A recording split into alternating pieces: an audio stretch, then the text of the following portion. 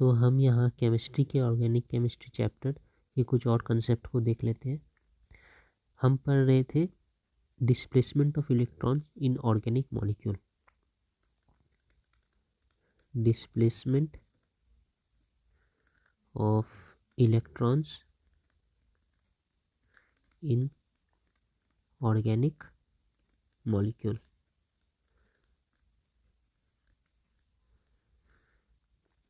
तो organic molecule में electron की डिस्प्लेसमेंट जो होती है वो दो वजह से होती है। एक होते हैं अंडर इन्फ्लुएंस ऑफ एटम और सब्स्टिट्यूएंट्स इन ग्राउंड स्टेट। मतलब यूं ही एक एटम ऐसा रखा है, एक मॉलिक्यूल ऐसा है, उनमें कुछ एटम्स होते हैं, हमें पता है अलग अलग टाइप के, वो मिलाकर मॉलिक्यूल बनते हैं।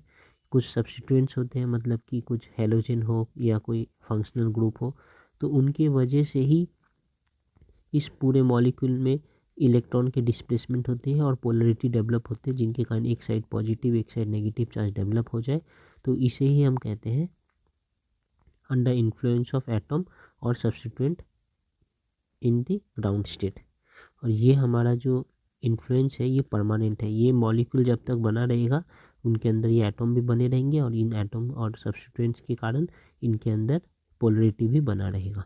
तो ये हमारा एक परमानेंट इफेक्ट है, तो इसे हम परमानेंट इफेक्ट कहते हैं।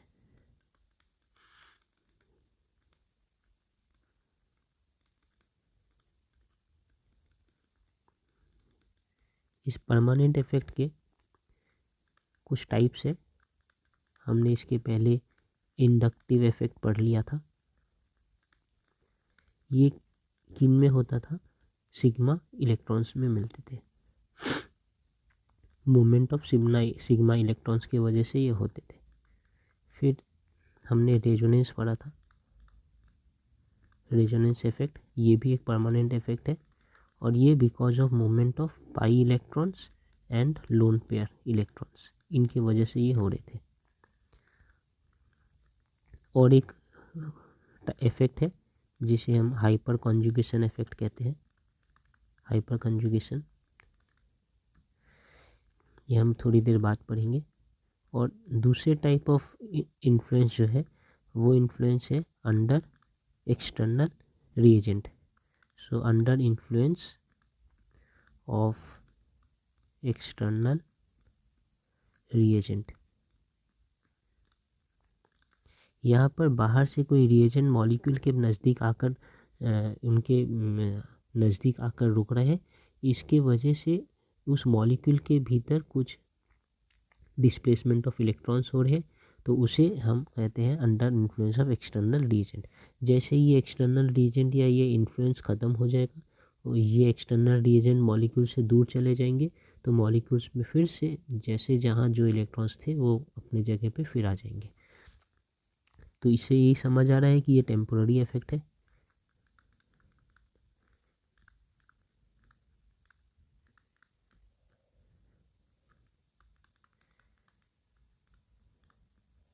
ठीक है, और क्या समझ आ रहा है? इनका टाइप अगर देखें तो एक ही है जिसे हम कहते हैं इलेक्ट्रोमेरिक इफेक्ट। तो फिलहाल हमने ये पढ़ चुके हैं, ये पढ़ेंगे आज, और उसके पहले हम अभी इलेक्ट्रोमेरिक इफेक्ट देख लेते हैं डिटेल में।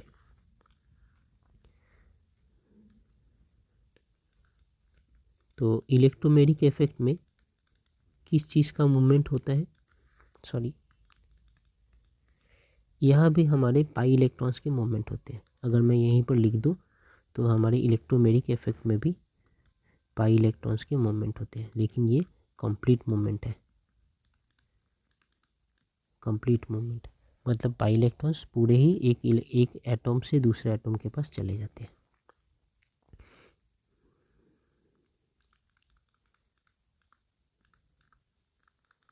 इलेक्ट्रोमेरिक इफेक्ट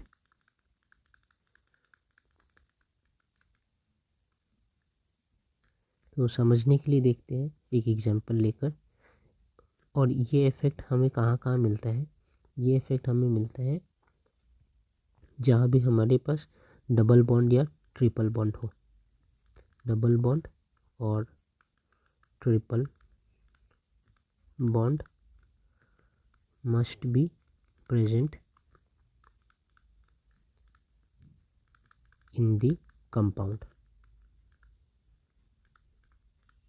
क्योंकि डबल बॉन्ड ट्रिपल बॉन्ड होंगे तभी तो पाई इलेक्ट्रॉन होगा, और पाई इलेक्ट्रॉन का ही कंप्लीट मूवमेंट को इलेक्ट्रोमेरिक इफेक्ट कहते हैं। तो एक एग्जांपल से यहाँ देखते हैं क्या होता है। से हमारे पास एक डबल बॉन्ड वाला कार्बन है, इनके पास कुछ अटैच है, यहाँ भी कुछ अटैच है, कुछ भी हो सकता है, दैट इज़ नॉट इम्पॉर्टेंट।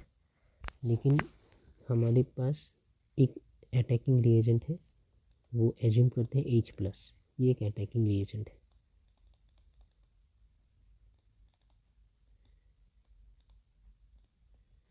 तो ये अटैकिंग रिएजेंट जैसे ही इस मॉलिक्यूल के विसिनिटी में आएंगे, इस मॉलिक्यूल के नज़दीक आएंगे, तब इस मॉलिक्यूल में इलेक्ट्रॉन का डिस्प्लेसमेंट हो रहा है।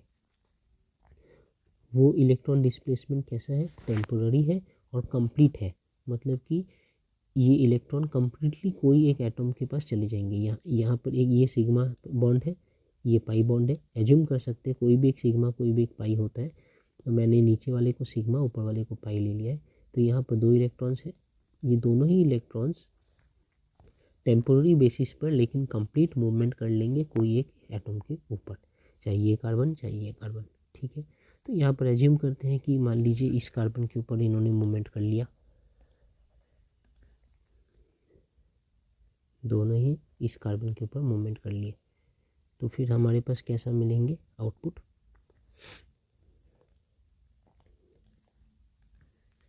दिस प्लस दिस अगर मिला के देखो तो यहाँ पर आउटपुट होगा ऐसा। जब ये मूवमेंट यहाँ से, ये 2 इलेक्ट्रॉन यहाँ से यहाँ चले आएंगे तो ये हमारा प्लस हो जाएगा, पता ही है हमें। और ये 2 जो बॉन्ड बनने के लिए थे, यहाँ पर अब एक बॉन्ड है, यहाँ पर एक सी है, इनके पास 2 जो लेग थे बनने के लिए थे ही, ये H+ अब जाकर यहाँ पे अटैच हो जाएगा। क्यों हुआ? थोड़ा डिटेल में और देखें तो जब ये इलेक्ट्रॉन ट्रांसफ़र हो रहा है तो एक्चुअली क्या हो रहा है,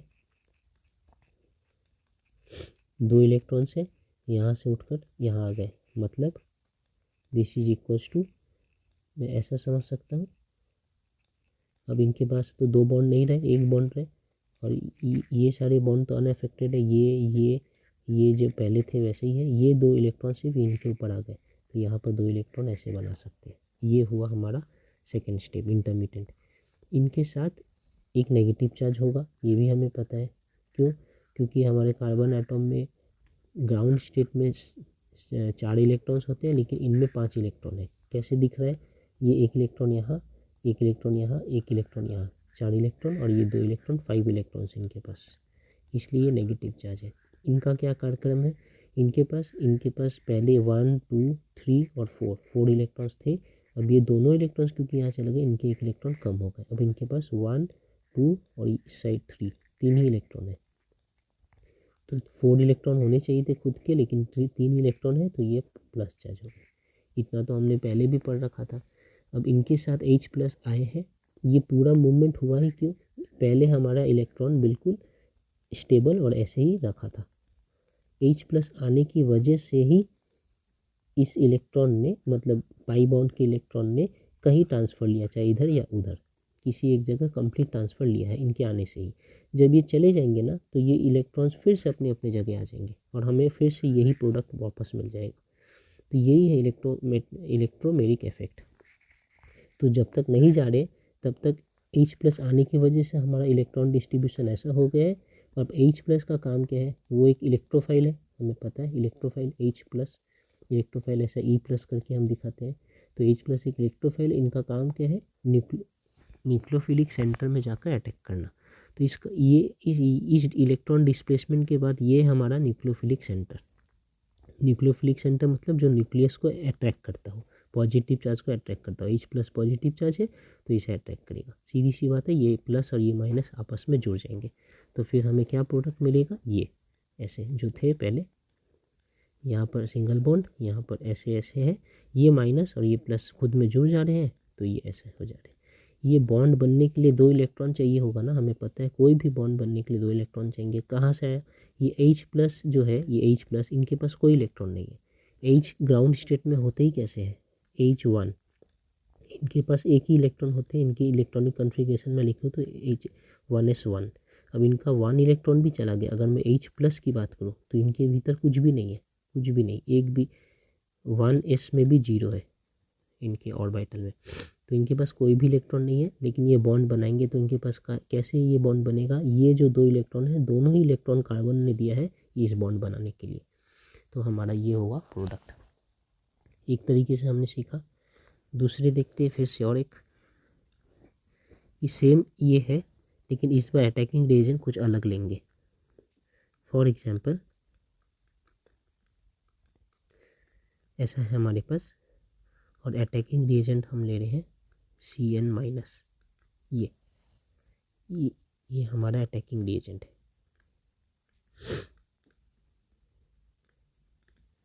तो इस अटैकिंग रिएजेंट के कारण यहाँ पर फिर से इलेक्ट्रॉन डिस्प्लेसमेंट तो हो रही है। ये इनके नज़दीक आ गया। पहले ये ऐसे ही स्टेबल थे, क्योंकि ये अटैकिंग रिएजेंट इनके नज़दीक आया है, इनमें इलेक्ट्रॉन डिस्प्लेसमेंट देखा गया। फिर से ऐसे ही एज्यूम कर लेता हूँ कि ये उठकर यहाँ आ गए। ये जब उठकर यहाँ आ जाएंगे तो हमें फाइनल प्रोडक्ट कैसा मिलेगा, ये हमारा ऐसे सिंगल बॉन्ड, ऐसे ये वाले माइनस होंगे, इनके पास लोन पेयर है और इनके साथ हमारा Cn जुड़ेगा। कैसे हो रहा है, फिर से सेम बात। अगर मैं इसे डिटेल में देखूं तो यही चीज़ बन रहा है, यहाँ तक तो बन ही रहा है। इसे ही मैं कॉपी कर लेता हूँ।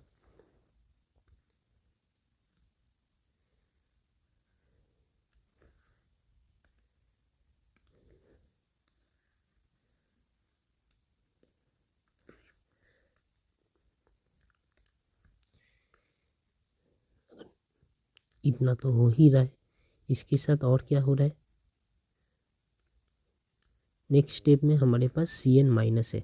अब Cn माइनस का क्या मतलब है, ऐसा अगर Cn माइनस को डिटेल में देखें तो Cn माइनस इनके अंदर क्या है, इनके अंदर है ऐसा C, 3 बॉन्ड बना रहे हैं नाइट्रोजन के साथ।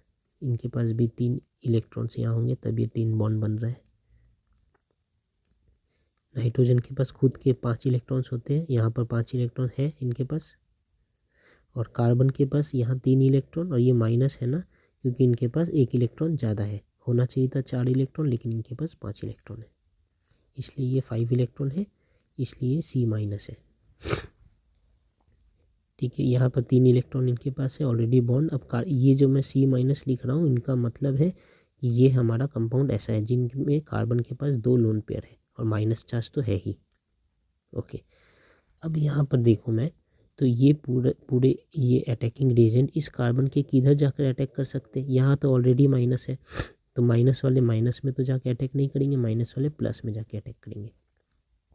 तो कैसा होगा, जैसे ये थे सब कुछ सेम रहेंगे, डबल बॉन्ड भी है, नेगेटिव चार्ज भी है, सॉरी लोन पेयर भी है, नेगेटिव चार्ज भी है, सब कुछ सेम। यहाँ पर जो प्लस चार्ज थे इनके पास 3 इलेक्ट्रॉन थे, 1 2 3, और इनके पास 2 इलेक्ट्रॉन एक्स्ट्रा है। तो ये ऐसे Cn। अब यहाँ ये बॉन्ड बनने के लिए क्या लगेगा, हमें 2 इलेक्ट्रॉन्स लगेंगे। इनके पास तो 1 2 3 इलेक्ट्रॉन्स ही थे और ये प्लस था, इसलिए 3 इलेक्ट्रॉन्स थे इनके पास। वो 3 इलेक्ट्रॉन्स यहाँ पर ऑलरेडी यूज्ड अप है। तो ये नया बॉन्ड C हमारा इस Cn के साथ कैसे बना सकता है, इस नए बॉन्ड बनाने के लिए जो 2 इलेक्ट्रॉन है वो दोनों ही इलेक्ट्रॉन ये वाले 2 इलेक्ट्रॉन है जो ये Cn के पास लोन पेयर के तरीके से रखा था। यही दोनों इलेक्ट्रॉन यूज अप करके इस Cn ने इस C के साथ एक बॉन्ड बना लिया।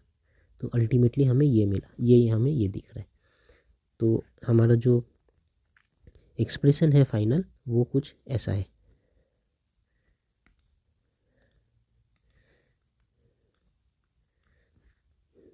तो ये हमारी एक इक्वेशन है, या आप कह सकते हैं रिएक्शन, और एक ये है। बाकी मैंने जो बनाए हैं वो सारे सिर्फ क्लियर अंडरस्टैंडिंग के लिए यहाँ पर थे। ओके, अब इन दोनों को अगर हम ध्यान से देखें तो क्या हमें देखने को मिल रहा है कि यहाँ भी नीडलेस टू से ये सिग्मा है और ये हमारा पाई है। क्या देखने को मिल रहा है कि अटैकिंग रीजन ने उस कार्बन को अटैक किया है जिस कार्बन के पास दोनों इलेक्ट्रॉन्स, पाई बॉन्ड के दोनों इलेक्ट्रॉन्स गए हैं। ये कार्बन नंबर 1 अगर मैं लूँ, ये कार्बन नंबर 2 लूँ, ठीक है। यहाँ भी ये कार्बन नंबर 1, ये कार्बन नंबर 2। तो इस केस में अटैकिंग रीजन ने उस कार्बन पे अटैक किया जिस कार्बन पे दोनों इलेक्ट्रॉन्स ट्रांसफ़र हुए थे। ये एक केस है। और इस केस को देखो तो इस केस में अटैकिंग रीजन ने उस कार्बन को अटैक किया जिस कार्बन पे दोनों इलेक्ट्रॉन ट्रांसफ़र नहीं हुए थे। मतलब कि यहाँ पर ये दोनों इलेक्ट्रॉन ट्रांसफ़र अगर C2 में हुए तो हमारा अटैकिंग रीजन C1 पे अटैक किया है। यहाँ पर दोनों इलेक्ट्रॉन ट्रांसफ़र अगर C2 पे हुए तो अटैकिंग रीजन ने C2 पे ही अटैक किया है। तो इस टाइप के इफेक्ट को हम कहते हैं जहाँ पर हमारा इलेक्ट्रॉन ट्रांसफ़र भी उसी कार्बन पे हो रहा है जिस कार्बन पे अटैकिंग रीजन अटैक कर रहे हैं। तो इस टाइप के इलेक्ट्रोमेरिक इफेक्ट को हम कहते हैं प्लस ई इफेक्ट। यहाँ पर हमारे इलेक्ट्रॉन ट्रांसफ़र उस कार्बन पे हो रहे हैं, इलेक्ट्रॉन ट्रांसफ़र एक कार्बन पे हो रहा है और अटैकिंग रीजन दूसरे कार्बन पे अटैक कर रहे हैं। तो इसे हम कहते हैं माइनस ई इफेक्ट। बस इतनी सी बात है। कुछ एग्जांपल्स होंगे प्लस ई इफेक्ट और माइनस ई इफेक्ट के, जैसे कि प्लस ई इफेक्ट कौन दिखा सकता है। प्लस ई इफेक्ट के एग्जांपल्स है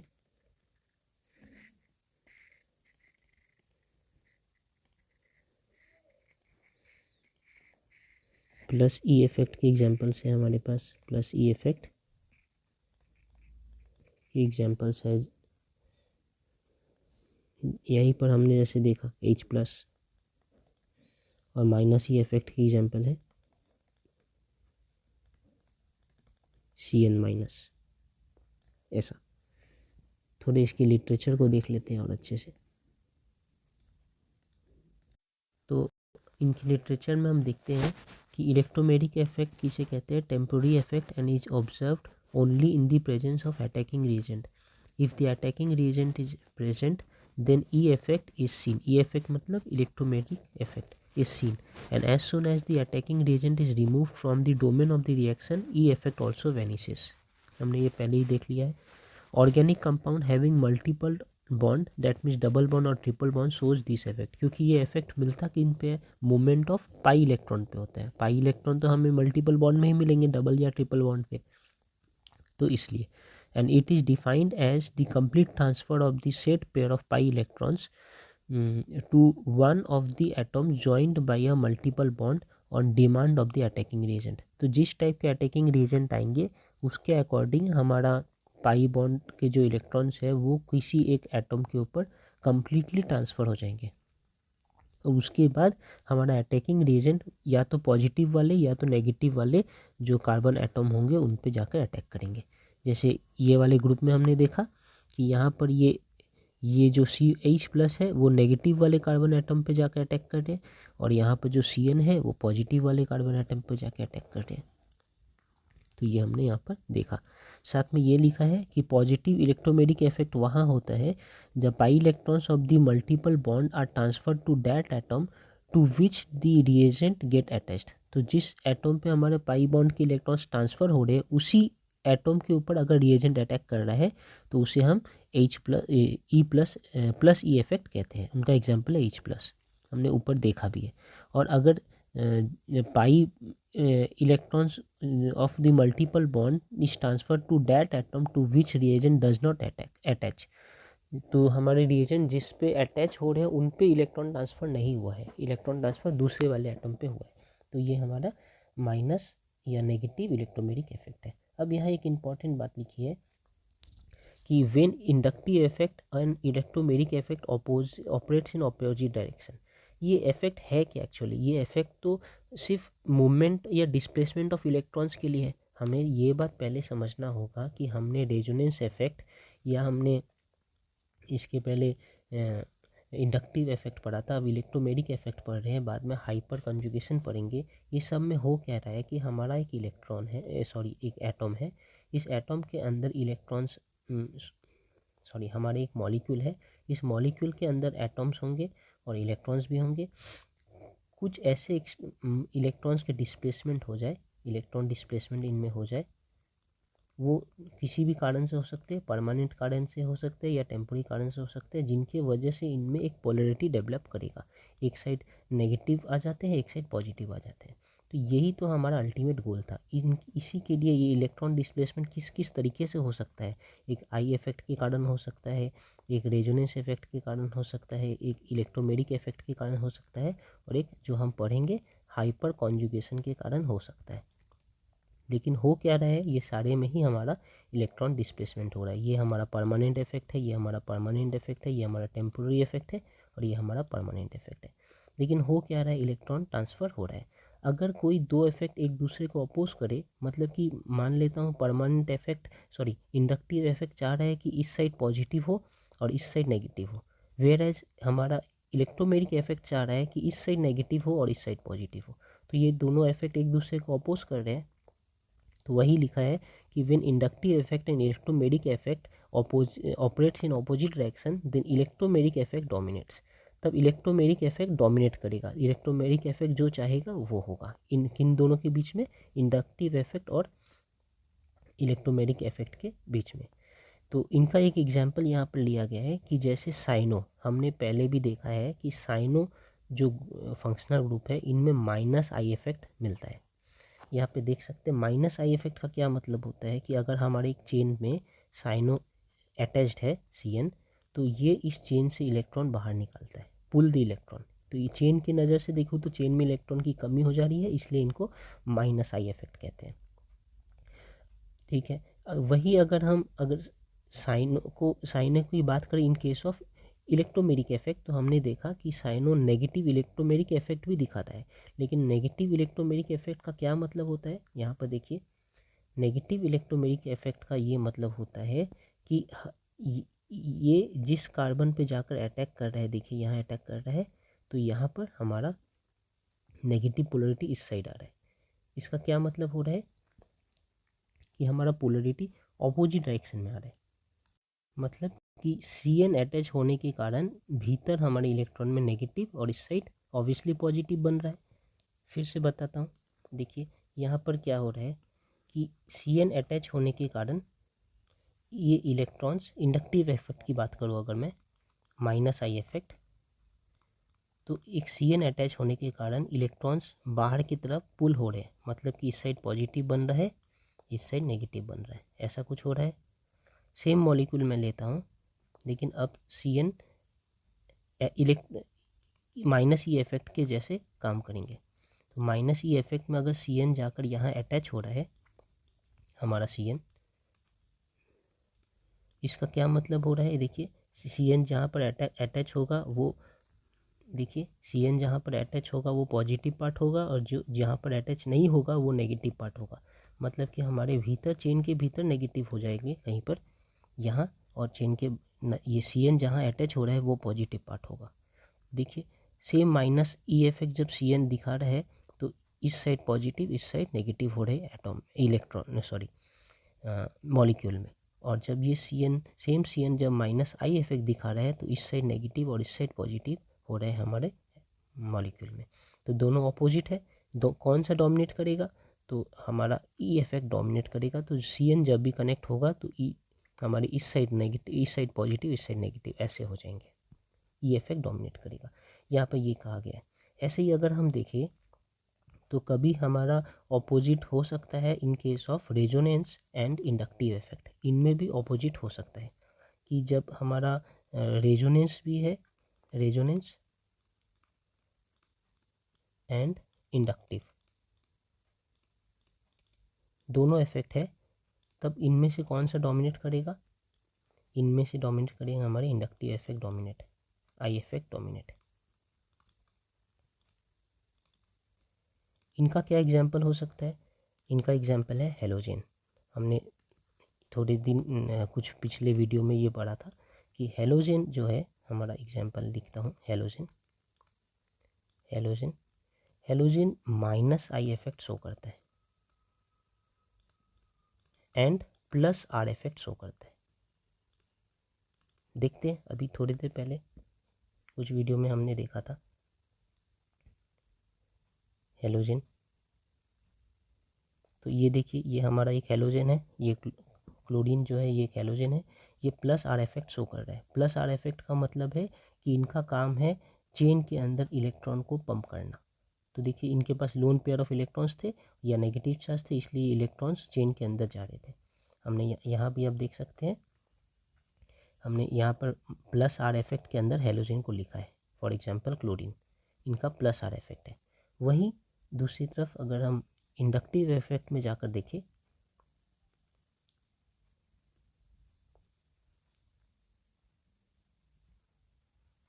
तो देखिए यहाँ पर माइनस आई इफेक्ट में हमारे हेलोजेंस है। माइनस ये फ्लोरीन, क्लोरीन, ब्रोमीन, आयोडीन, ये माइनस आई इफेक्ट में। माइनस आई इफेक्ट का क्या मतलब है, यहाँ पर दिखाया गया है कि अगर माइनस आई इफेक्ट वाले कोई ग्रुप यहाँ अटैच होते हैं तो उनका काम है इलेक्ट्रॉन्स को चेन से बाहर निकालना। तो प्लस आर इफेक्ट हेलोजन में है, जिनके कारण इलेक्ट्रॉन चेन के अंदर जाते हैं, और माइनस आर इफेक्ट है, माइनस आई इफेक्ट है हेलोजन में, जिनके कारण इलेक्ट्रॉन चेन से बाहर आते हैं। दोनों एक दूसरे को अपोज कर रहे हैं। अब इन दोनों में से कौन सा डोमिनेट करेगा, तो इन दोनों में से वो डोमिनेट करेंगे इंडक्टिव इफेक्ट। अब ये अगर कोई पूछे कि क्यों इंडक्टिव इफेक्ट डोमिनेट करेगा, रेजोनेंस क्यों नहीं डोमिनेट करेगा, तो इनका रीज़न ये है कि इंडक्टिव इफेक्ट किसके ऊपर दिखता है हमें। इंडक्टिव इफेक्ट हमें दिखता है सिग्मा इलेक्ट्रॉन्स के ऊपर, सिग्मा बॉन्ड इलेक्ट्रॉन्स के ऊपर। सिग्मा बॉन्ड के इलेक्ट्रॉन्स जो है वो मूवमेंट करते हैं in case of inductive effect, लेकिन रेजोनेंस इफेक्ट में हमारे पाई बॉन्ड इलेक्ट्रॉन्स के मूवमेंट होते हैं। तो सिग्मा बॉन्ड ज़्यादा डोमिनेट करता है कंपेयर टू पाई बॉन्ड, इसलिए हमारा इंडक्टिव इफेक्ट ज़्यादा डोमिनेट करता है इन कंपेयर टू रेजोनेंस। तो अगर हमारे पास हेलोजेंस लगे हैं जो प्लस आर इफेक्ट दिखा रहा है और माइनस आई इफेक्ट दिखा रहा है, तो माइनस आई इफेक्ट ज़्यादा डोमिनेट करेगा compare two plus are effect. तो ये सब बातें हमने समझ ली। ओके, तो अब हम यहाँ नेक्स्ट हाइपर कंजुगेशन को समझने की कोशिश करते हैं। हाइपर कंजुगेशन, तो ये भी एक इफेक्ट है, ये एक परमानेंट इफेक्ट है, हाइपर कंजुगेशन। इनके कारण भी इलेक्ट्रॉन के डिस्प्लेसमेंट होते हैं विद इन ऑर्गेनिक मॉलिक्यूल। और इनमें कौन से एटॉम के कौन से इलेक्ट्रॉन्स के डिस्प्लेसमेंट होते हैं, इनमें सिग्मा इलेक्ट्रॉन्स के डिस्प्लेसमेंट होते हैं। Sigma electrons of CH bond. देखिए, अभी तक हमने CH बॉन्ड को कभी भी नहीं डिस्टर्ब किया था, यहाँ पर CH बॉन्ड के सिग्मा इलेक्ट्रॉन्स डिस्प्लेसमेंट होते हैं। कौन से इलेक्ट्रॉन्स, थोड़े डिटेल में अगर देखें तो हमारे पास एक कार्बन है जिनमें H अटैच्ड है, ठीक है। ये हमारा एक एल्काइल ग्रुप है। ये एल्काइल ग्रुप के जो कार्बन और हाइड्रोजन बॉन्ड है, यही हमारे हाइपर कंजुगेशन दिखाएंगे। लेकिन क्या शर्त है कि ये एल्काइल ग्रुप अटैच होना चाहिए या तो एक एल्कीन से या एल्काइन से, या फिर एक ऐसे कार्बन एटॉम से जिनके पास अनशेयर्ड p ऑर्बिटल हो। तो थोड़ा जगह कम है, यहाँ लिख देते हैं कार्बन एटॉम हैविंग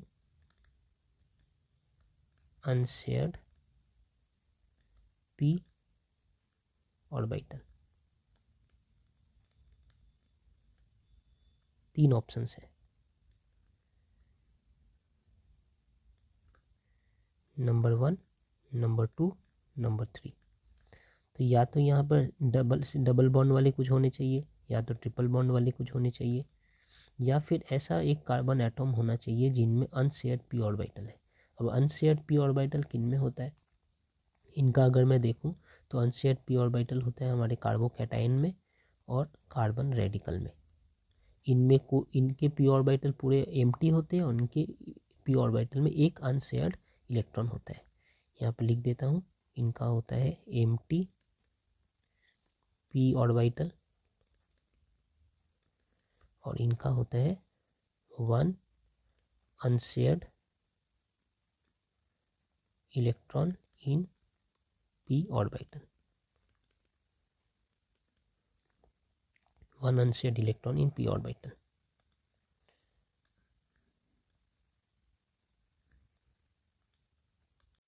तो अब ये देखने में थोड़ा ठीक लग रहा है। Sigma electrons of C H bond of alkyl group.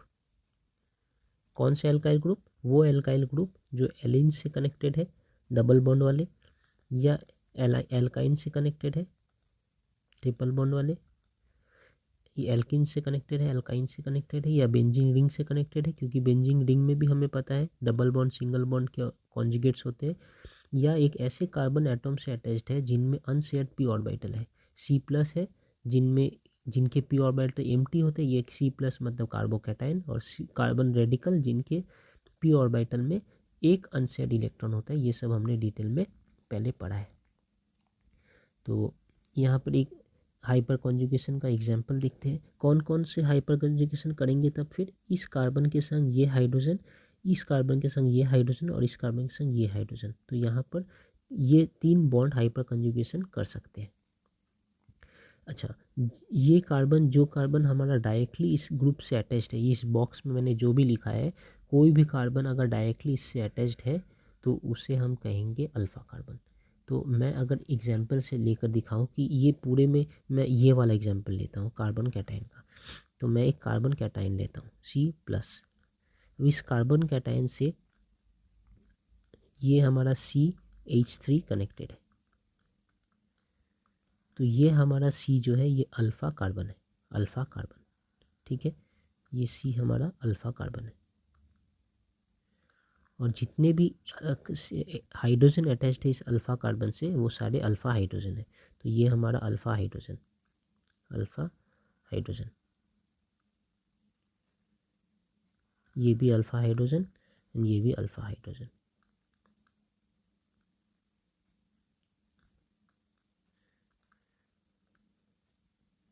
अब ये कार्बोकैटायन में तो 3 बॉन्ड होते हैं, यहाँ पर एक बॉन्ड इन्होंने इस C के संग बनाया है, तो 2 बॉन्ड ये ऐसे ही बना सकते हैं H2 के साथ, तो भी ये चलेगा। अगर ऐसा होता कि इस कार्बोकैटायन की जगह हमारे पास ये कौन से डिग्री कार्बोकैटायन है, ये कार्बोकैटायन एक कार्बन से अटैच्ड है, तो ये 1 डिग्री कार्बोकैटायन है, 1 डिग्री कार्बोकैटायन। यहाँ पर हाइपर कंजुगेशन किनके बीच मिलेगा हमें? इनके बीच मिलेगा, इनके बीच, इनके बीच। तो 3 हाइपर कंजुगेशन यहाँ पर हमें मिल सकता है। इनको और डिटेल में देखेंगे हम फिर से, कोई ऐसी बात नहीं है। लेकिन यहाँ पर अगर ये सेकेंड डिग्री में बनाओ, ऐसे ज़रूरी तो नहीं कि ये कार्बन जो कार्बोकैटायन है ये सिर्फ एक कार्बन से अटैच्ड है, ये 2 कार्बन से भी अटैच्ड हो सकता है। ऐसे ये हमारा कार्बोकैटायन है जो एक हाइड्रोजन से अटैच्ड है और 2 कार्बन से अटैच्ड है, और फिर ये दोनों कार्बन फिर 3-3 हाइड्रोजन से अटैच्ड है।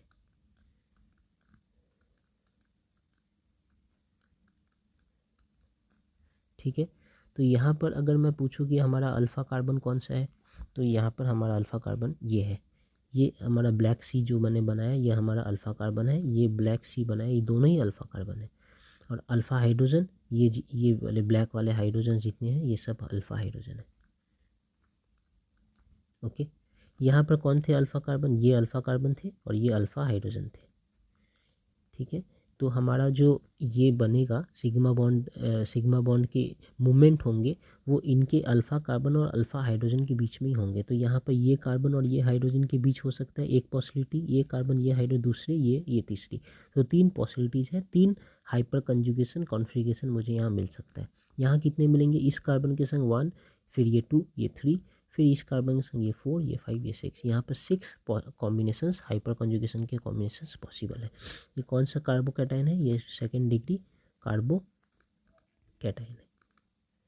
अगर हम थर्ड डिग्री की बात कर सकते हैं, ऐसे ज़रूरी नहीं कि ये H से कनेक्टेड हो, ये भी C से कनेक्टेड हो सकता है। तो हमारा ये C प्लस है, जो थर्ड डिग्री कार्बोकैटायन है जो 3C से कनेक्टेड है। अब ये तीनों C फिर हाइड्रोजन से कनेक्टेड है, ये भी हाइड्रोजन से कनेक्टेड है और ये भी हाइड्रोजन से कनेक्टेड है। हो सकते हैं ये कौन सा हमारा हो गया, ये 3 डिग्री कार्बोकैटायन हो गया, जिसे हम टर्शरी कार्बोकैटायन भी कहते हैं। इनमें कौन से अल्फ़ा हाइड्रोजन है, ये हमारा C है, C मतलब C प्लस कैटायन कार्बोकैटायन। इस कार्बोकैटायन से जो जो कार्बन कनेक्टेड होते हैं वो सारे अल्फ़ा कार्बन होते हैं। तो ये हमारे 3 अल्फ़ा कार्बन है। इस 3 अल्फ़ा कार्बन के संग जो हाइड्रोजन कनेक्टेड होते हैं वो हमारे अल्फ़ा हाइड्रोजन होते हैं। तो ये जो मैं ब्लैक कर दे रहा हूँ ये सारे हमारे अल्फ़ा हाइड्रोजन है। और हमारा ये जो हाइपर कॉन्जुगेशन दिखता है वो अल्फ़ा कार्बन और अल्फ़ा हाइड्रोजन के बीच में ही होता है। तो यहाँ पर 3 पॉसिबिलिटीज़ है, यहाँ पर 6 पॉसिबिलिटीज़ है, यहाँ पर 9 पॉसिबिलिटीज़ आप देख सकते हैं। वहीं अगर मैं सिर्फ ये बनाता H+3 मतलब कि ऐसा ऐसे ऐसे ये इनमें फिर अगर मैं पूछूं कि अल्फ़ा कार्बन कहाँ है तो यहाँ अल्फ़ा कार्बन कुछ भी नहीं है, क्योंकि ये कार्बोकैटायन से कोई भी कार्बन कनेक्टेड नहीं है। तो कोई भी कार्बन अल्फ़ा कार्बन नहीं है, ये इनका नाम होता है मिथाइल कैटायन।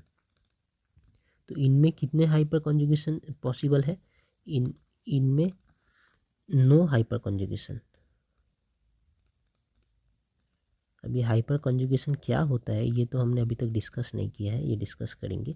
इनमें कितने पॉसिबल है, इनमें 3 हाइपर कॉन्जुगेशन स्ट्रक्चर्स पॉसिबल है। 3 CH बॉन्ड है, तो 3 हाइपर कॉन्जुगेशन पॉसिबल है, स्ट्रक्चर्स पॉसिबल है इनमें। 3 CH बॉन्ड कौन से, alpha carbon, alpha CH bond, ठीक है ना। यहाँ पर कितने हैं, यहाँ पर 6 अल्फ़ा CH बॉन्ड है, हमें CH बॉन्ड है, देयरफॉर 6 हाइपर कॉन्जुगेशन पॉसिबल है।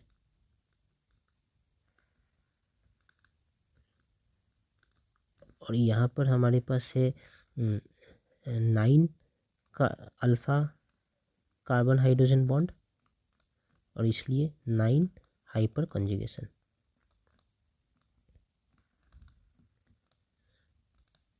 अब ये बात है कि जितने ज़्यादा हाइपर कॉन्जुगेशन स्ट्रक्चर्स बन सकेंगे उतनी ज़्यादा स्टेबिलिटी होगी।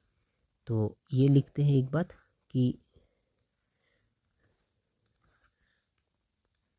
मोर हाइपर कॉन्जुगेशन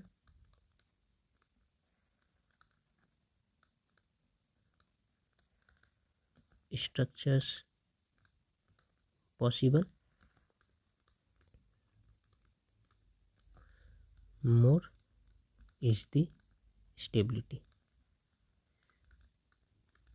जैसे रेजोनेंस में थे ना, जितने ज़्यादा रेजोनेटिंग स्ट्रक्चर या कैनोनिकल स्ट्रक्चर या कंट्रीब्यूटिंग स्ट्रक्चर्स पॉसिबल होते थे उतने ज़्यादा हमारे जो हाइब्रिड स्ट्रक्चर होते थे वो स्टेबल होते थे।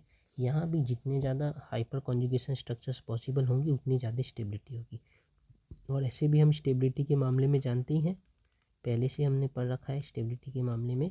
अगर स्टेबिलिटी ऑफ कैटायन, ये कार्बोकैटायन की बात करें, स्टेबिलिटी ऑफ कार्बोकैटायन,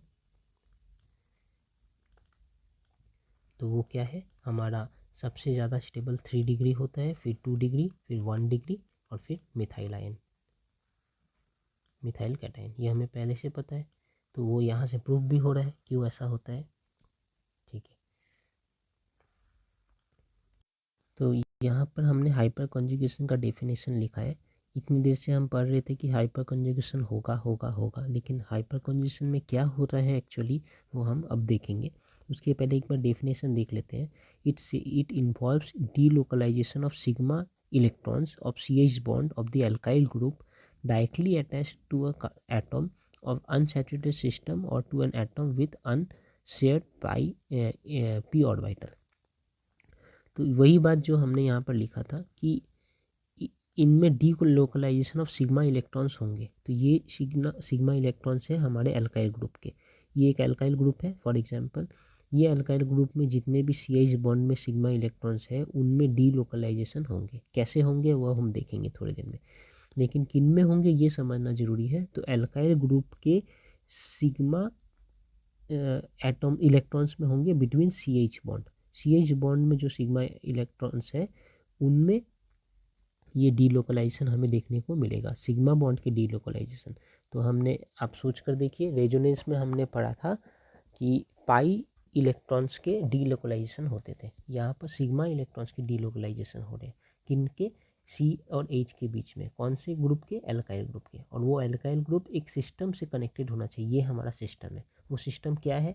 यहाँ पर लिखा है ना कि वो सिस्टम ऐसा होगा directly connected to a atom of unsaturated system और to an atom with unshared P orbital. तो ये रहा हमारा अनसैचुरेटेड सिस्टम, एल्कीन या एल्काइन या बेंजीन रिंग। और ये रहा हमारा अनशेयर्ड पी ऑर्बिटल का सिस्टम, ऐसा एक कार्बन एटम जिनमें अनशेयर्ड पी ऑर्बिटल है, जैसे कि C+ मतलब कार्बोकैटायन, जैसे कि C ये radical, carbon radical. Carbon radical में एक ही अनशेयर्ड इलेक्ट्रॉन होते हैं पी ऑर्बिटल में, और C+ जो कार्बन कैटायन है उनमें एक भी ऑर्बिटल नहीं होता। ये हमने पहले भी देख रखा था, हम फिर अभी देख लेंगे। लेकिन ये कैसे डीलोकलाइजेशन हो रहा है पहले उसे हम समझने की कोशिश करते हैं। तो इनके लिए तो एक हम एग्जाम्पल लेते हैं जो अभी थोड़ी देर पहले यहाँ पर हमने लिया था, सेम वही वाला एग्जाम्पल लेते हैं समझने के लिए। फॉर एग्जाम्पल ये इनमें हाइपर कंजुगेशन होगा, मैंने कहा था। 3 CH बॉन्ड है अल्फ़ा, ये अल्फ़ा कार्बन अल्फ़ा हाइड्रोजन, इनके बीच में हो सकता है, इनके बीच में या इनके बीच में हाइपर कंजुगेशन हो सकता है। कैसे होता है वो अब हम देखते हैं एग्जाम्पल के जरिए। तो ये हमारा स्टार्टिंग पिक्चर है, ये हमारा हाइड्रोजन है 3, और ये हमारा C+ है कार्बोकैटायन, इनमें भी 2 हाइड्रोजन लगे हैं। तो ये हमारा सिस्टम है, ये हमारा अल्फ़ा हाइड्रोजन कार्बन है, ये अल्फ़ा हाइड्रोजन है। कैसे इनमें होंगे? फर्स्ट पॉसिबिलिटी ऐसा है, देखिए इलेक्ट्रॉन इनको मैं रखता हूँ। पहला पॉसिबिलिटी ऐसा है कि इलेक्ट्रॉन मूवमेंट्स में कॉपी करके दिखाता हूँ।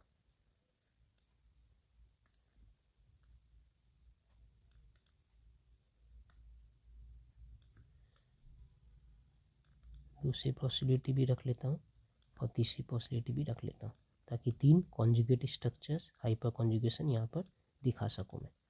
ये हमारा दूसरी पॉसिबिलिटी है, ये हमारी थर्ड पॉसिबिलिटी है।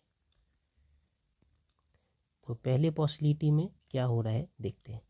यहाँ पर ऐसा हो सकता है कि इस बॉन्ड का क्लीवेज हो और इलेक्ट्रॉन ऐसे चले आए इनके ऊपर। यहाँ पर हो सकता है कि ये हाइड्रोजन नहीं, ये हाइड्रोजन के बॉन्ड की क्लीवेज हो और इलेक्ट्रॉन इनके ऊपर आ जाए। और यहाँ पर हो सकता है कि ये इस हाइड्रोजन के बॉन्ड की क्लीवेज हो और इलेक्ट्रॉन इनके ऊपर आ जाए। अगर ऐसा होगा तो हमें क्या मिलेगा वो बनाते हैं। हमें ऐसे होने के बाद सेकंड स्टेप हमें मिलेगा, एक C है, ये C+, ऊपर और नीचे तो हाइड्रोजन थे ही जैसे थे पहले से।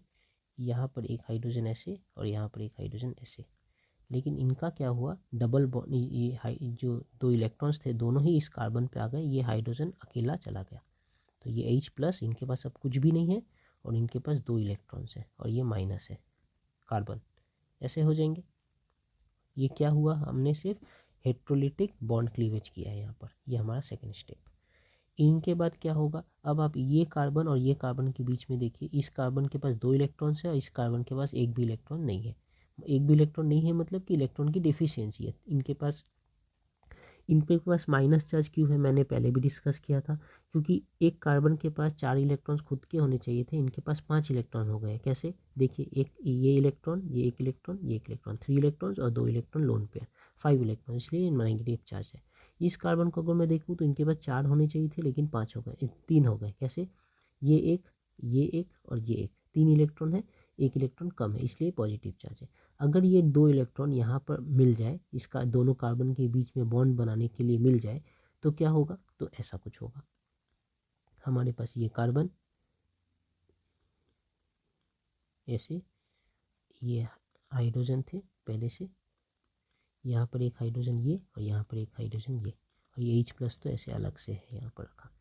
अगर ये यहाँ पर आ जाए तो ये दोनों इलेक्ट्रॉन जो यहाँ लोन पेयर पे थे वो अब ऐसे, दोनों इलेक्ट्रॉन किसने कंट्रीब्यूट किया है, ये वाले कार्बन ने कंट्रीब्यूट किया है।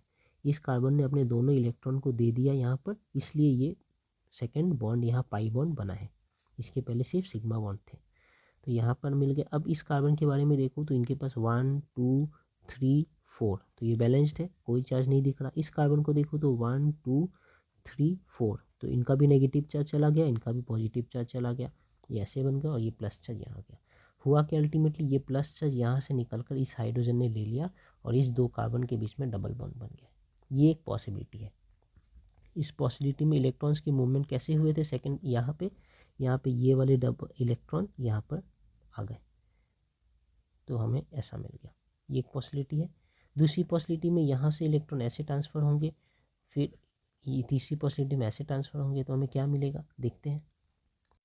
तो हमें ये मिलेगा, यहाँ पर हम क्या देख सकते हैं कि ये हमारा पहला इनिशियल स्टेज था जो कुछ भी नहीं, एक 1 डिग्री कार्बोकैटायन थे, इनके हाइपर कॉन्जुगेशन हुए तो क्या क्या पॉसिबिलिटीज़ थी। एक ये पॉसिबिलिटी है, ये कैसे आई है हमने देखा यहाँ पर बॉन्ड क्लीवेज इस टाइप से हुआ है कि इस हाइड्रोजन और इस कार्बन के बीच में, तो ये हाइड्रोजन H+ बनकर ऊपर और इस कार्बन के बीच में डबल बॉन्ड।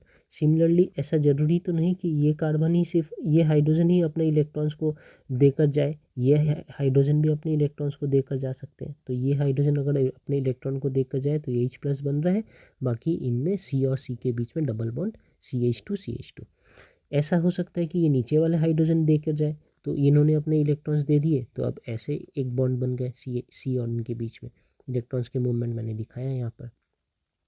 तो यहाँ पर प्लस चार्ज यहाँ पर इनके पास था, यहाँ से क्या हो रहा है, ये प्लस चार्ज कभी ये हाइड्रोजन ले रहा है, कभी ये हाइड्रोजन, कभी ये हाइड्रोजन, मतलब कि ये प्लस चार्ज अब इस C के पास सिर्फ कॉन्सेंट्रेटेड नहीं है, ये प्लस चार्ज कभी इस हाइड्रोजन, कभी इस हाइड्रोजन, कभी इस हाइड्रोजन के पास रोटेट कर रहा है। तो यही है डीलोकलाइजेशन ऑफ, कह सकते हैं, सिग्मा इलेक्ट्रॉन। सिग्मा इलेक्ट्रॉन है इनके पास, ये सिग्मा इलेक्ट्रॉन ही डीलोकलाइज हो रहा है। तो इसके कारण क्या हो रहा है, हमारा सिस्टम ज़्यादा स्टेबल हो रहा है, क्योंकि हमने रेजोनेंस में भी पढ़ा था कि वही सिस्टम ज़्यादा स्टेबल होंगे जिसमें मोर डिस्पर्सल ऑफ चार्ज होंगे, मोर डिस्पर्सल ऑफ चार्ज। तो चार्ज तो सब इनमें भी है, ये हमारा बेसिक स्ट्रक्चर था, इनमें भी है, इनमें भी है, इनमें भी है, इनमें भी है, लेकिन चार्ज क्या कॉन्सेंट्रेटेड है, नहीं। इस C के पास सिर्फ चार्ज है, नहीं, चार्ज यहाँ से कभी यहाँ जा रहा है, कभी यहाँ, फिर ये C पर, तो ऐसे चार्ज डिस्पर्स्ड है, इधर उधर फैले हुए हैं, तो ऐसे ज़्यादा स्टेबिलिटी हमें मिलता है। तो यही बात यहाँ पर बताया गया है।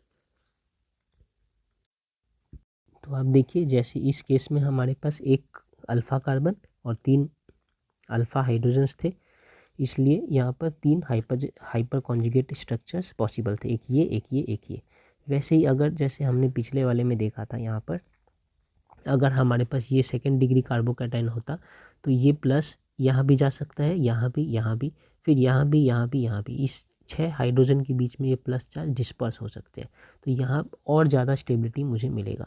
यहाँ पर ये प्लस चार्ज जो C के ऊपर है, ये इस 9 हाइड्रोजन्स में डिस्पर्स हो सकते हैं, तो स्टेबिलिटी और ज़्यादा मिलेगी। जितना ज़्यादा चार्ज डिस्पर्सल होगा उतनी ज़्यादा स्टेबिलिटी हमें मिलेंगे। यहाँ पर चार्ज डिस्पर्सल होने के लिए कुछ भी नहीं है, क्योंकि ये जो हमारा सिस्टम है C+, इसके साथ कोई भी अल्काइल ग्रुप कनेक्टेड नहीं है।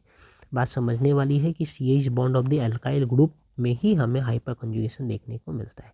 तो इससे हमें स्टेबिलिटी का भी एक वैलिडेशन या जस्टिफिकेशन मिला है कि क्यों थर्ड डिग्री ज़्यादा स्टेबल है compare to second degree, compare to 1 degree, compare to carbocation. ठीक है, अब हमारे सिस्टम में तो सिर्फ कार्बोकैटायन नहीं थे, हमारे सिस्टम में तो देखिए एक कार्बन रेडिकल भी थे, तो एक कार्बन रेडिकल को भी लेकर ये सारी चीज़ों को फिर देख लेते हैं। जैसे कि यहाँ पर एक कार्बोकैटायन थे, इनमें डिस्पर्सल ऑफ चार्ज हो रहे थे और 3 हाइपर कंजुगेशन स्ट्रक्चर्स थे। वैसे ही अगर ये कार्बोकैटायन की जगह एक कार्बन रेडिकल हो, जहाँ पर हमारा एक रेडिकल है तो इस सिस्टम के ये हमारा एक सिस्टम है, इस सिस्टम के साथ ये कार्बन कनेक्टेड है, ये अल्फ़ा कार्बन है और ये 3 अल्फ़ा हाइड्रोजन है।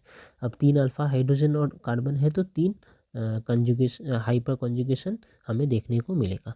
अब इस हाइपर कंजुगेशन जब रेडिकल के साथ हो रहे हैं तो जैसे यहाँ पर हेट्रोलिटिक बॉन्ड क्लीवेज होता था, हाइड्रोजन पूरा अपने इलेक्ट्रॉन को पूरा छोड़ देते थे तो हाइड्रोजन H+ और कार्बन C- बन जाते थे। यहाँ पर होमोलिटिक बॉन्ड क्लीवेज होगा, इनके बीच में जो बॉन्ड है हाइड्रोजन अपना इलेक्ट्रॉन लेकर, देखिए अपने इलेक्ट्रॉन लेकर अलग हो जा रहे हैं और कार्बन अपने पास अपने इलेक्ट्रॉन रख रहे हैं।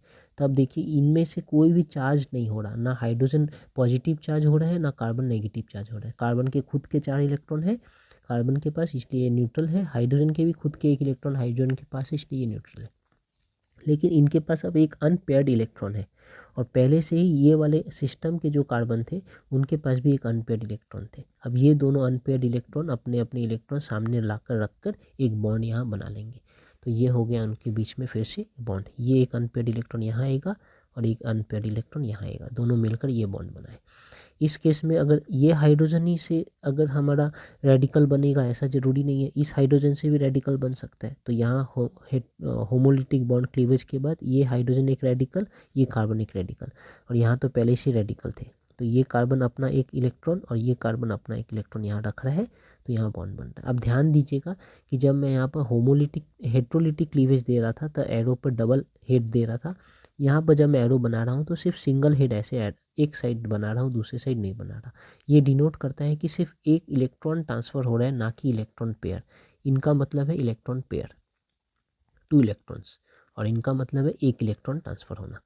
तो यहाँ पर ऐसे फिर बॉन्ड बन रहा है। इस केस में इनमें अगर होमोलिटिक क्लीवेज हो तो एक इलेक्ट्रॉन इनके पास एक इलेक्ट्रॉन इनके पास, फिर ये इलेक्ट्रॉन यहाँ रखेंगे अपना और ये इलेक्ट्रॉन रखेंगे अपना, दोनों मिलाकर यहाँ पर फिर एक से बॉन्ड। तो यहाँ भी देखिए ये जो रेडिकल थे कार्बन के पास, ये सिर्फ कार्बन के पास सेंट्रलाइज नहीं रखकर ये हाइड्रोजन ये हाइड्रोजन ये हाइड्रोजन तीनों के पास ऐसे रोटेट कर रहे हैं।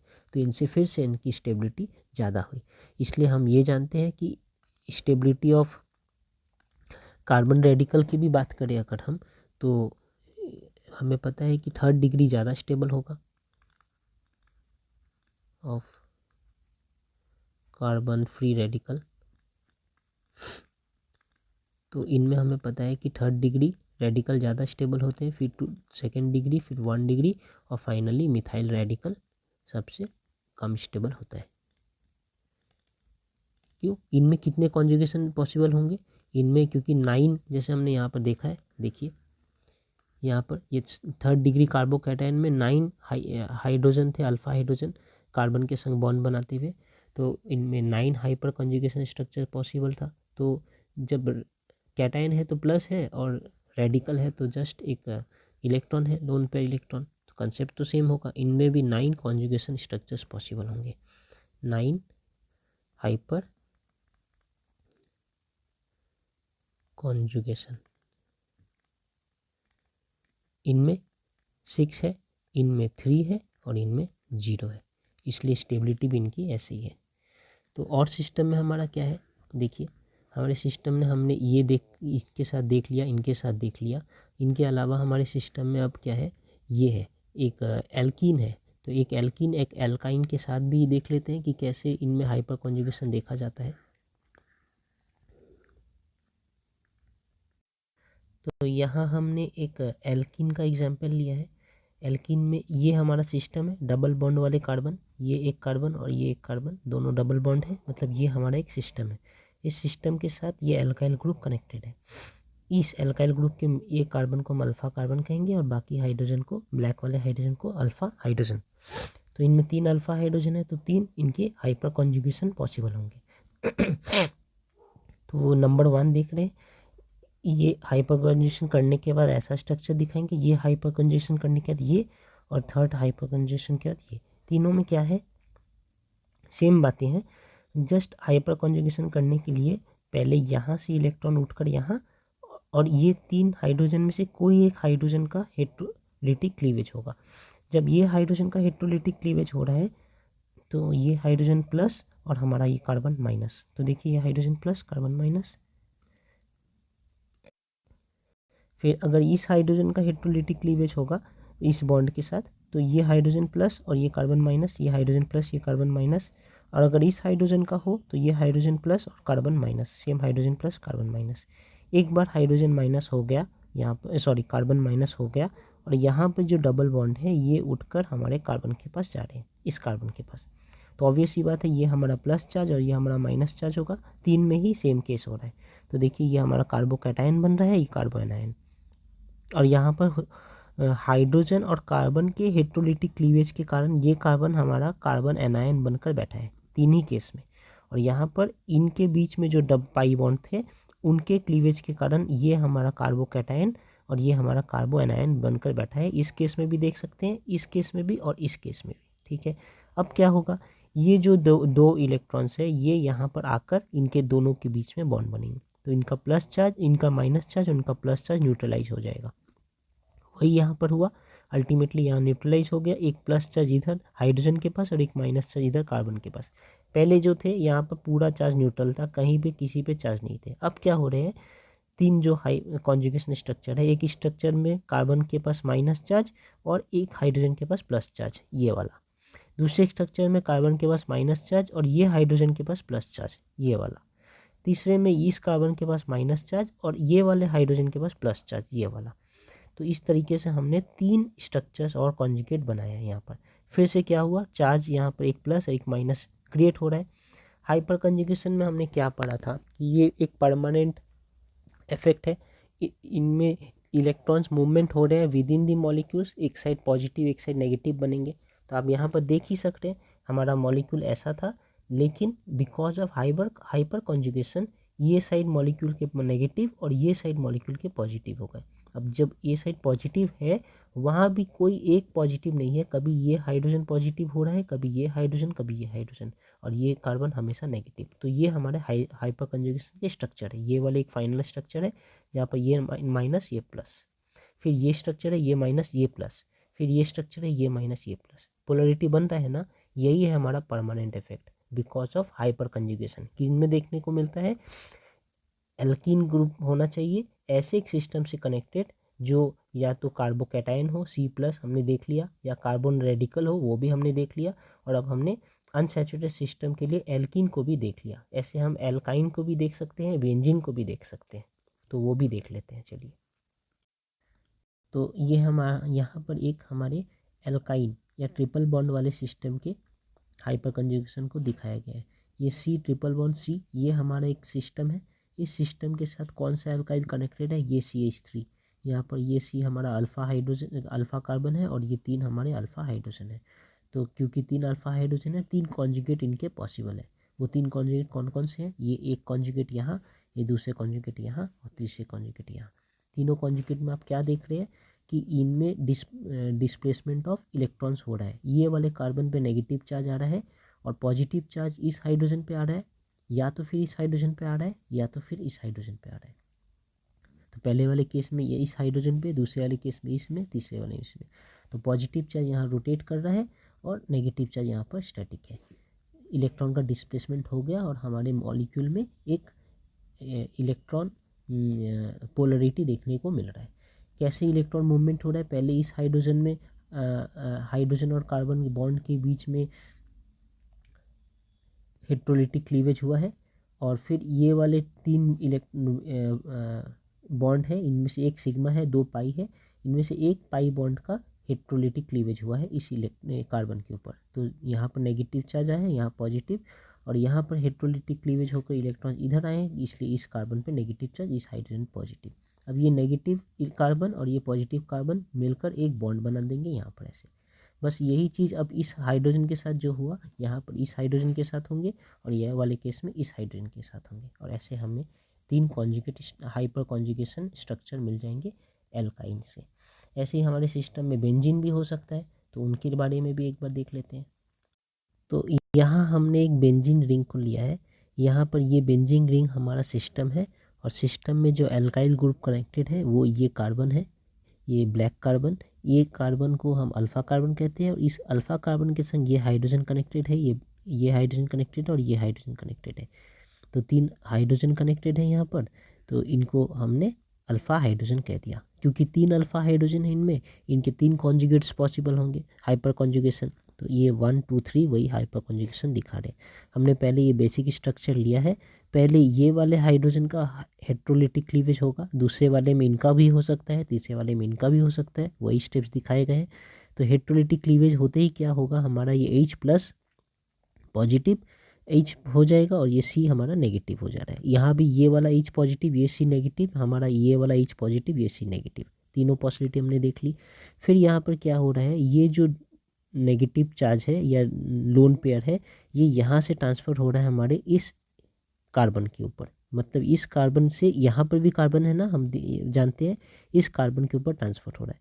तो यहाँ इस कार्बन के बीच में बॉन्ड बन रहा है। तो देखिए यहाँ पर बॉन्ड बनने के बाद यहाँ डबल बॉन्ड हो गया, यहाँ भी डबल बॉन्ड हो गया, यहाँ भी डबल बॉन्ड हो गया।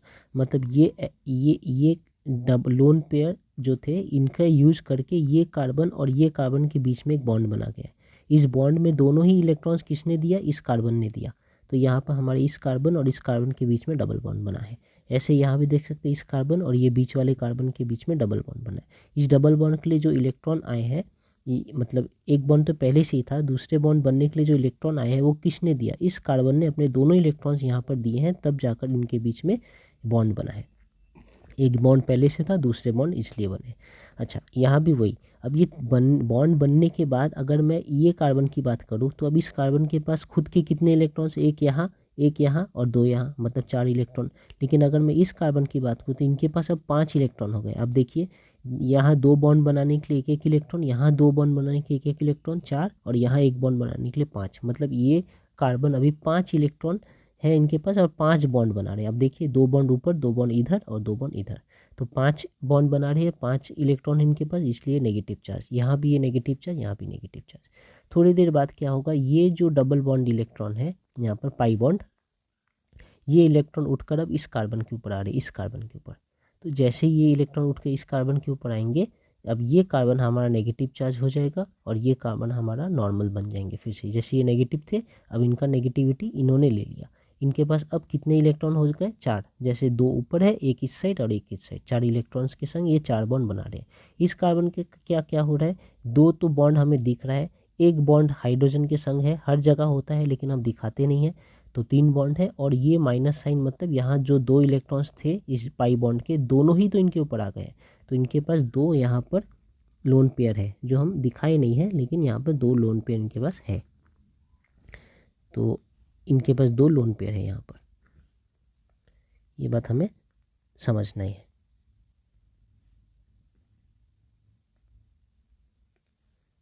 यहाँ पर भी इनके पास 2 लोन पेयर है, यहाँ पे भी इनके पास 2 लोन पेयर है, यहाँ भी इनके पास 2 लोन पेयर है। तो 2 लोन पेयर है और 2 बॉन्ड बना रहे हैं और एक हाइड्रोजन के संग है, 3 बॉन्ड है और 2 लोन पेयर, मतलब टोटल 5 इलेक्ट्रॉन है, इसलिए नेगेटिव चार्ज है। यहाँ भी 5 इलेक्ट्रॉन है, इसलिए नेगेटिव चार्ज है, यहाँ भी 5 इलेक्ट्रॉन इसलिए नेगेटिव चार्ज। अब क्या है, ये नेगेटिव चार्ज यहाँ से यहाँ, यहाँ से यहाँ और यहाँ से यहाँ, फिर ऐसे रोटेट करेंगे। ये हमने पहले भी रेजोनेंस स्ट्रक्चर में पढ़ा है। तो अल्टीमेटली हमें क्या देखने मिल रहा है कि बिकॉज ऑफ हाइपर कंजुगेशन क्या हो रहा है कि रिंग के अंदर हमारा नेगेटिव चार्ज जा रहा है और हाइड्रोजन, या तो ये हाइड्रोजन या तो ये हाइड्रोजन या तो ये हाइड्रोजन पॉजिटिव चार्ज ले रहे हैं। तो हमारा यहाँ पॉजिटिव भी डिस्पर्स्ड है इस 3 हाइड्रोजन के बीच में और नेगेटिव भी डिस्पर्स्ड है ये वाले पॉइंट पे या ये वाले पॉइंट पे या ये वाले पॉइंट पे, ऑर्थो पोजिशंस पे या पैरा पोजिशन पे। ये दोनों को हम ऑर्थो पोजिशन कहते हैं, इनको पैरा पोजिशन। तो हाइपर कॉन्जुगेशन के स्ट्रक्चर से ऐसे हम यहाँ पर देख सकते हैं कि चार्ज कैसे डिस्प्लेस हो रहा है हमारे अलग अलग सिस्टम में। एक सिस्टम हमने देखा कार्बोकैटाइन के, दूसरे सिस्टम हमने देखे कार्बन रेडिकल के, तीसरे हमने देखे डबल बॉन्ड वाले, ट्रिपल बॉन्ड वाले, और फिर अब बेंजीन रिंग देख रहे हैं।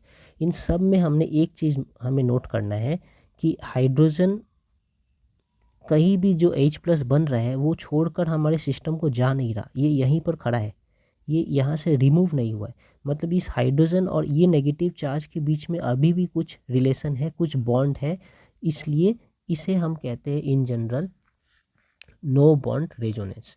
हमारे हाइपर कॉन्जुगेशन को हम नो बॉन्ड रेजोनेंस भी कहते हैं। ये H+ और ये इनके बीच में एक बॉन्ड है, लेकिन कोई मतलब अट्रैक्शन है, लेकिन कोई बॉन्ड तो हमने ड्रॉ नहीं किया है और ये H+ छोड़ के भी नहीं जा रहे, तो यहाँ पर बिना बॉन्ड का ही रेजोनेंस हो रहा है।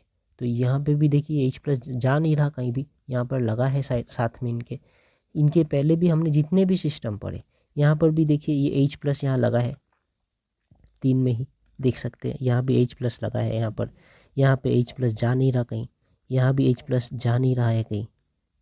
तो ये सारे हमारे क्या है, नो बॉन्ड रेजोनेंस कह रहे हैं। घूम रहा है H+ अपने जगह पे नहीं है, लेकिन छोड़ कर नहीं जा रहा। देखिए H+, यहाँ H+, यहाँ H+, तो ये सब हो गए हमारे नो बॉन्ड रेजोनेंस। अगर हमने यहाँ पर भी देखा तो सेम सिस्टम था। ये देखिए यहाँ पर H+, यहाँ पर H+, यहाँ पर H+, इनमें देखूँ तो ये H का रेडिकल है, यहाँ H का रेडिकल है, यहाँ H का रेडिकल है। तो हम ये कंक्लूजन निकाल सकते हैं कि इन्हें हम नो बॉन्ड रेजोनेंस भी कहते हैं।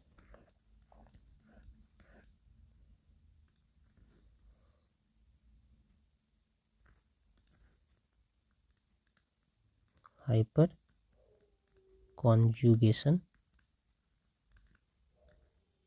is also called no bond resonance.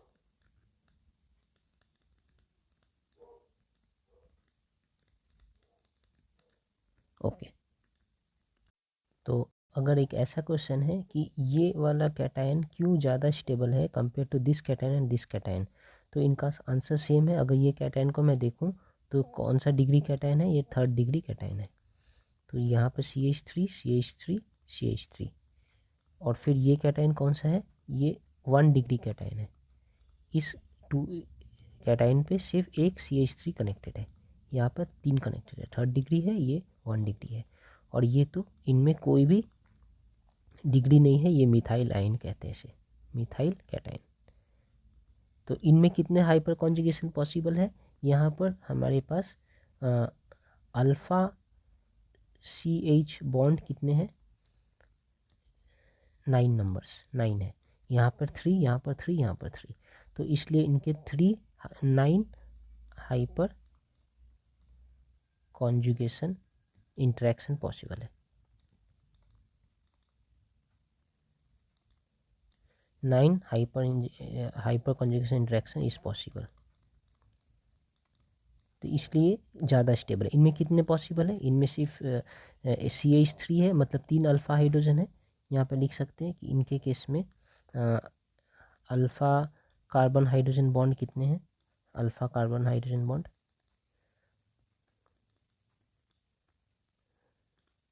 3 है, इसलिए इनमें 3 हाइपर कॉन्जुगेशन पॉसिबल है।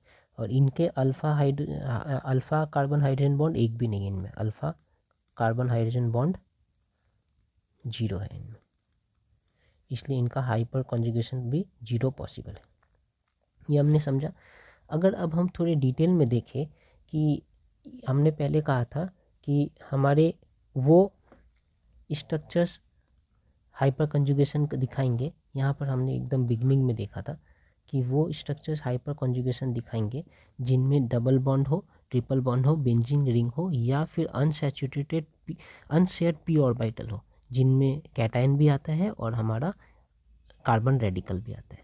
तो ऐसे ही स्ट्रक्चर्स क्यों हमारे हाइपर कंजुगेशन दिखाते हैं, और हाइपर कंजुगेशन में किनके बीच में बॉन्ड बन रहा है, किनके बीच में बॉन्ड टूट रहा है। अगर हम थोड़े डिटेल में अलग ऑर्बिटल लेवल में जाकर उस नज़रिए से इन्हें देखने की कोशिश करें तो हमें कुछ अच्छा समझ आ सकता है। उनको एक बार देखते हैं। तो यहाँ देखिए, हम पहले फिर से हाइब्रिडाइजेशन में आ जा रहे हैं। हमारा कार्बन जब नॉर्मल बिना हाइब्रिडाइजेशन का है तो हमारे सेंटर में एक 2s ऑर्बिटल है और हमारे पास 3 p ऑर्बिटल्स है। जब इनमें sp3 हाइब्रिडाइजेशन होता है तो ये सारे मतलब एक s और 3 p ऑर्बिटल्स मिलकर 4 ऑर्बिटल बनाते हैं, जो ऐसे दिखते हैं। ट्राइपॉड के 3 लेग है ये और एक हेड है ऐसा। जब ये sp बनाते हैं, यहाँ पर एक s और 2 p मिलकर बनाते हैं। तो जब एक s और 2 p बना रहे हैं तो हमारा एक p नॉर्मल रह जाता है। ये हमारा p ऑर्बिटल ऐसे ही रह गया अनहाइब्रिडाइज्ड। बाकी एक s और 2 p मिलकर ऐसे बनाए हैं 3 ऑर्बिटल। ये एक ट्रायगोनल प्लेनर कहते हैं। एक ट्रायंगल के 3 लेग है और इस प्लेन पे परपेंडिकुलरली एक ये p ऑर्बिटल के 2 डम्बल शेप है। और ये वाले में अगर ये sp हाइब्रिडाइज्ड है तो इनमें तो हमें पता है सिर्फ S और P हाइब्रिडाइज हो रहे हैं, तो ये एक सर्कल स्फीयर और ये हमारा एक P, ये दोनों हाइब्रिडाइज होकर हमें एक लीनियर शेप दिया है ऐसा। तो ये लीनियर शेप है हमारा, और ये वाले एक है डम्बल शेप P ऑर्बिटल, और ये हमारे दूसरे unhybridised dumbbell shape P orbital. इतना तो हमें पहले से पता था। अगर हम कार्बोकैटायन की बात करें तो हमने ये भी देख चुके हैं कि कार्बोकैटायन में कैसे रहते हैं। इनमें 3 इलेक्ट्रॉन्स ही होते हैं खुद के, तो वो 3 इलेक्ट्रॉन्स के संग ये 3 बॉन्ड बना रहे हैं यहाँ पर। तो ये प्लेनर है, एक प्लेन पे 3 ट्राइंगल के 3 लेग है, और ये प्लेन के परपेंडिकुलर पे एक P ऑर्बिटल है जो एम्प्टी है। तो हमने कहा था ना कि हाइपर कॉन्जुगेशन किन में दिखेगा, हाइपर कॉन्जुगेशन किन में दिखेगा, जिनके पास अनशेयर्ड P ऑर्बिटल हो। और हमने ये भी कहा था कि C+ के पास क्या होता है, empty P orbital, empty P orbital. तो ये देखिए हमारा ये C+ है, मतलब कार्बोकैटायन, इनके पास एम्प्टी P ऑर्बिटल, ये P ऑर्बिटल पूरा खाली है और इनमें प्लस चार्ज है और 3 इलेक्ट्रॉन्स है जो वो 3 इलेक्ट्रॉन्स के संग 3 बॉन्ड बना रहे हैं। ठीक है, अगर ये 3 ही हाइड्रोजन हो तो इसे हम मिथाइल कैटायन कहेंगे।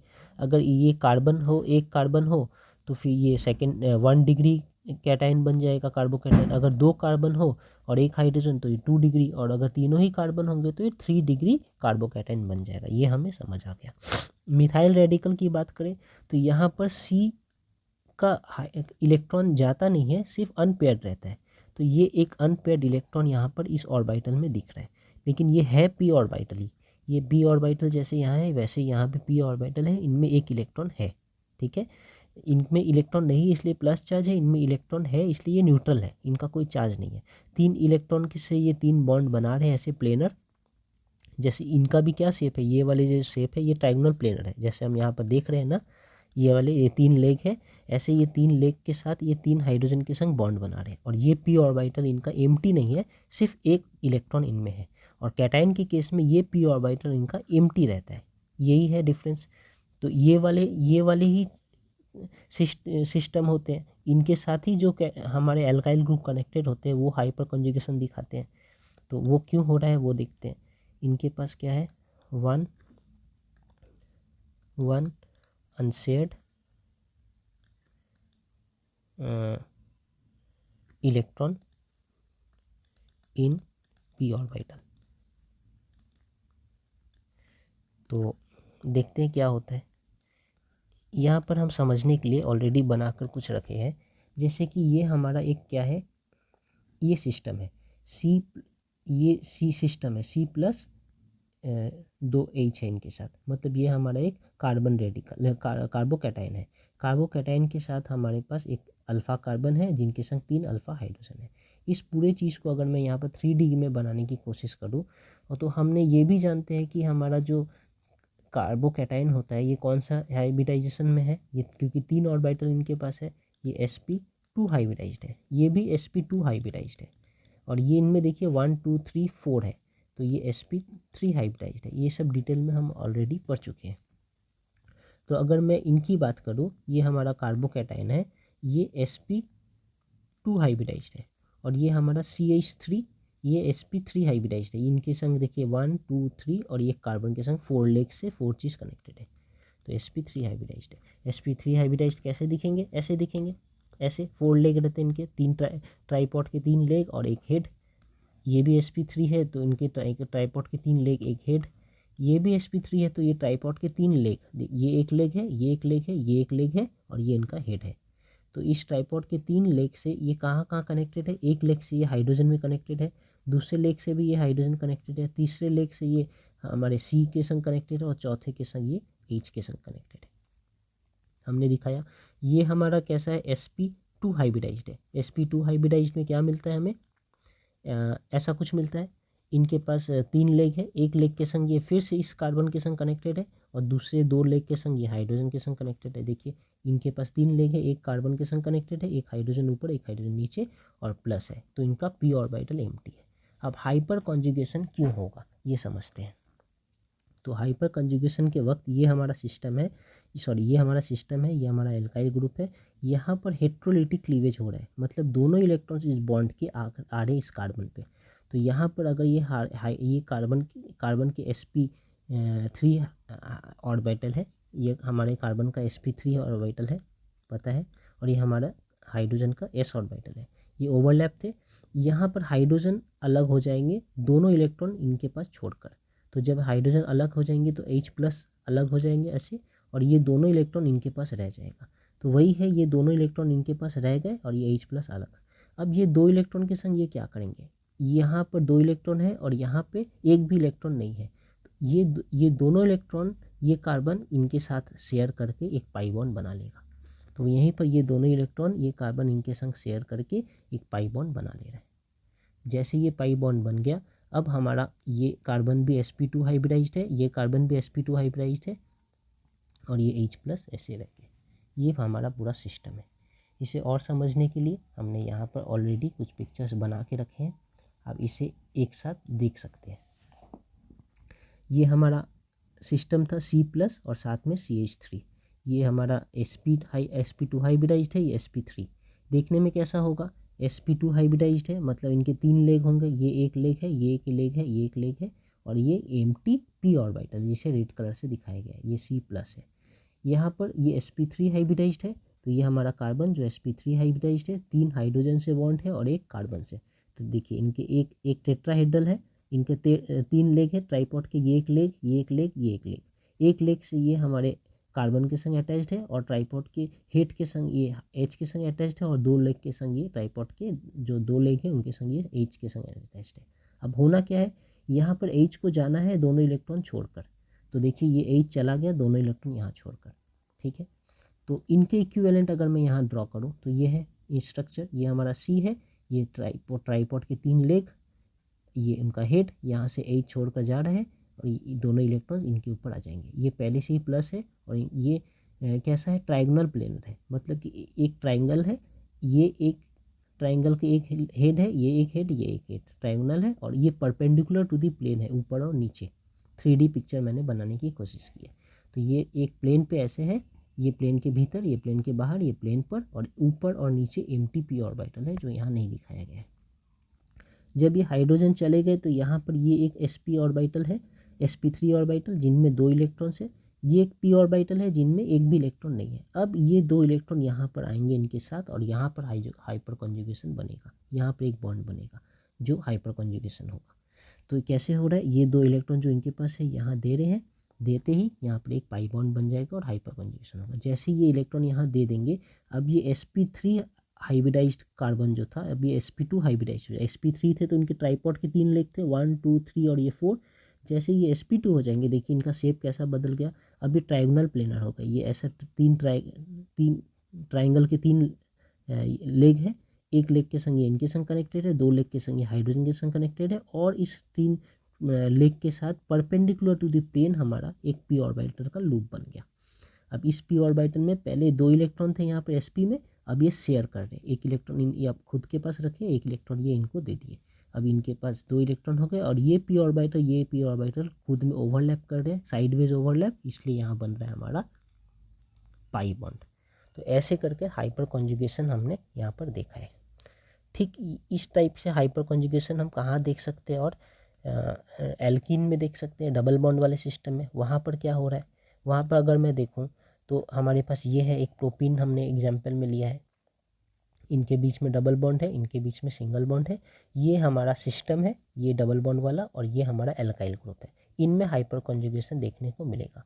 हो क्या रहा है, ठीक यहाँ से इलेक्ट्रॉन यहाँ जा रहे हैं और इनमें एक हेट्रोलिटिक क्लीवेज हो रहा है। तो यहाँ से जब इलेक्ट्रॉन जाएंगे, यहाँ पर पहले शेयर कर रहे थे पाई बॉन्ड वाले इलेक्ट्रॉन, अब यहाँ चले आए, है ना। तो यहाँ भी ऐसा कर सकते हैं कि यहाँ पर पहले पाई बॉन्ड वाले इलेक्ट्रॉन शेयर कर रहे थे, अब ये शेयर नहीं कर रही, अब ये किसी एक के पास आ गए। यहाँ भी ऐसे सोच सकते हैं कि ये पाई बॉन्ड वाले इलेक्ट्रॉन शेयर हो रहे थे, अब ये किसी एक के पास आ गए। देखिए कैसे, देखिए यहाँ पर पाई बॉन्ड वाले इलेक्ट्रॉन शेयर हो रहे थे, अब ये दोनों इलेक्ट्रॉन इनके पास आ गए। तो अब ये sp2 रहेगा नहीं, अब ये sp3 हो जाएगा। तो इनका शेप भी फिर sp3 जैसा हो गया, और इनके पास 2 इलेक्ट्रॉन्स लोन पेयर के जैसे हैं। इसलिए यहाँ पर जैसे माइनस चार्ज है, लोन पेयर है, यहाँ पर भी वो माइनस चार्ज है, लोन पेयर है, ऐसा दिख रहा है। सिर्फ इनके शेप अलग अलग करके इनको बताने की कोशिश की गई है यहाँ पर। देखिए, तो थोड़ा और देख लेते हैं। यहाँ से जो 2 इलेक्ट्रॉन यहाँ गए, ये sp2 है, sp3 हाइब्रिडाइज्ड है। पहले ऐसे थे, डबल बॉन्ड बना रहे थे, इनके डबल बॉन्ड टूटकर ये इलेक्ट्रॉन भी इन्होंने खुद ले लिया अपने पास, और ये अब sp3 हाइब्रिडाइज्ड हो गए। sp3 मतलब ट्राईपॉड के 3 लेग होंगे, ये एक लेग, ये एक लेग, ये एक लेग, और ये इनका हेड है। इस हेड में इनके पास लोन पेयर ऑफ इलेक्ट्रॉन्स है। ये कैसे दिख रहा है यहाँ पर, ये lone pair of electrons minus के साथ, sp3 हाइब्रिडाइज्ड है। इनका क्या हुआ, इनका तो खुद का एक इलेक्ट्रॉन भी लूट गया, ये कम हो गए इनके पास, तो ये C+ बन गए, और ये sp2 हाइब्रिडाइज्ड है। जैसे ये sp2 है, इनके पास एक लेग यहाँ, एक लेग यहाँ, एक लेग यहाँ, ट्राइगोनल प्लेनर है, और इस प्लेन के परपेंडिकुलर एक एम्प्टी p ऑर्बिटल इनके पास मिल गया।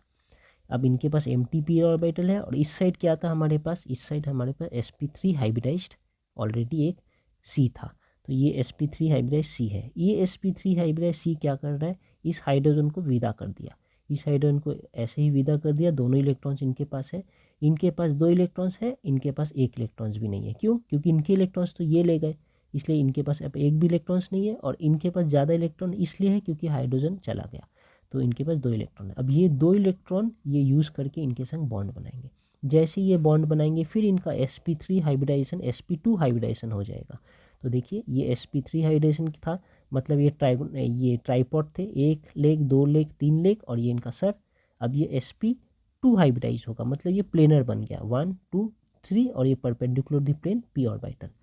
अब ये p ऑर्बिटल बनकर ये 2 इलेक्ट्रॉन्स जो है, एक ये खुद रखेंगे, एक इनको दे देंगे, तो इनके बीच में एक बॉन्ड बन गया, जो इस रेड कलर से यहाँ दिखाया जा रहा है।